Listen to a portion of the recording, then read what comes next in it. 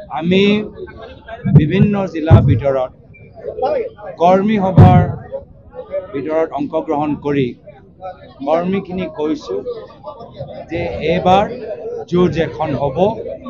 BJP চৰকাৰ মুখ্যমন্ত্ৰী হিমন্ত বিশ্ব শৰ্মা ডাঙৰীয়া নিজৰ গাদী ৰক্ষা কৰিবলৈ যিকোনো স্তৰলৈ যাব পাৰে, অসমৰ মাজত সংঘাত সৃষ্টি কৰিব পাৰে, অসমৰ মাজত সাম্প্ৰদায়িক পৰিস্থিতি সৃষ্টি কৰিব পাৰে, আমাৰ লোকৰ ওপৰত ভুৱা কেছ লগাব পাৰে, আমাৰ কৰ্মীখিনিৰ ওপৰত পুলিচ আৰু প্ৰশাসনৰ যোগেদি অত্যাচাৰ চলাব পাৰে। কিন্তু এইবাৰ সকলোৱে ঘাট প্ৰতিঘাত নিয়চি প্ৰত্যেক কৰ্মীখিনি ত্যাগ আৰু বলিদানৰ বাবে প্ৰস্তুত হয়। এইবাৰ যুঁজ এখন হ'ব। এই মূল মন্ত্ৰ লৈ আগন্তুক দিনত আগবাঢ়ি যাব লাগে। আমি যুঁজিম, আমি জিকিম, আৰু ৰাইজে কংগ্ৰেছ দলৰ কৰ্মীখিনি এই উৎসাহ চাই ভাল পাইছে, ওলাই আহিছে, আশীৰ্বাদ প্ৰদান কৰিছে, আৰু এনেদৰে আমি আগবাঢ়ি যাম। বৰ্তমান চৰকাৰৰ বিভিন্ন ভুল, বিভিন্ন কেলেংকাৰী, বিভিন্ন চিণ্ডিকেটৰ ৰাজনীতি আমি ৰাইজৰ সন্মুখত ফাদিল কৰিম, আৰু ৰাইজৰ মাজত পৰৱৰ্তী দিনত কংগ্ৰেছ চৰকাৰ কেনেদৰে আগবাঢ়ি যাব, কেনেদৰে অসমত পৰিৱৰ্তন আনিব, এইখিনি কথা আমি ধাৰাবাহিকভাৱে বুজাই লৈ যাম।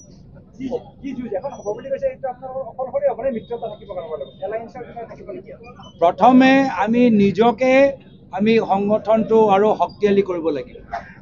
আমি ভাল মিত্ৰ হ'বলৈ হ'লে আমি প্ৰথমে নিজকে আৰু শক্তিশালী কৰিব লাগিব। নিজৰ অস্ত্ৰবোৰ, নিজৰ ধাৰ আৰু অলপ আমাক চাব লাগিব, আৰু তাৰপিছত নিশ্চয় যিসকলে আমাৰ লগত মিত্ৰতা কৰিবলৈ বিচাৰে আমি সকলোৱে লগত আমি বহিবলৈ, কথা পাতিবলৈ প্ৰস্তুত।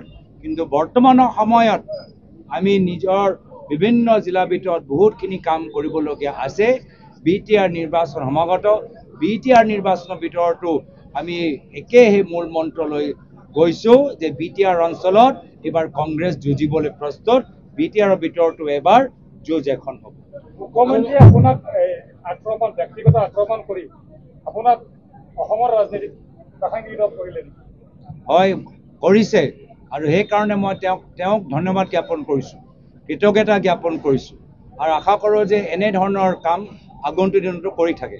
যিহেতু আমাৰ লক্ষ্য হৈছে আপুনি অহাৰ পিছত কংগ্ৰেছৰ কিছু উত্থান হৈছে, ইয়াত কিন্তু 50-50 দেখা চাম। কোনোবা ৰাজনীতিত আছে, কোনোবা ৰাজনীতিত নাই, ছ'চিয়েল মিডিয়াত কিন্তু এক্টিভ। তেখেতসকলক আমাৰ কাৰণে আপুনি কি এনেকুৱা কৰিব? মই পুনৰবাৰ কৈছোঁ, আমি মাত্ৰ আৰম্ভণি কৰিছোঁ।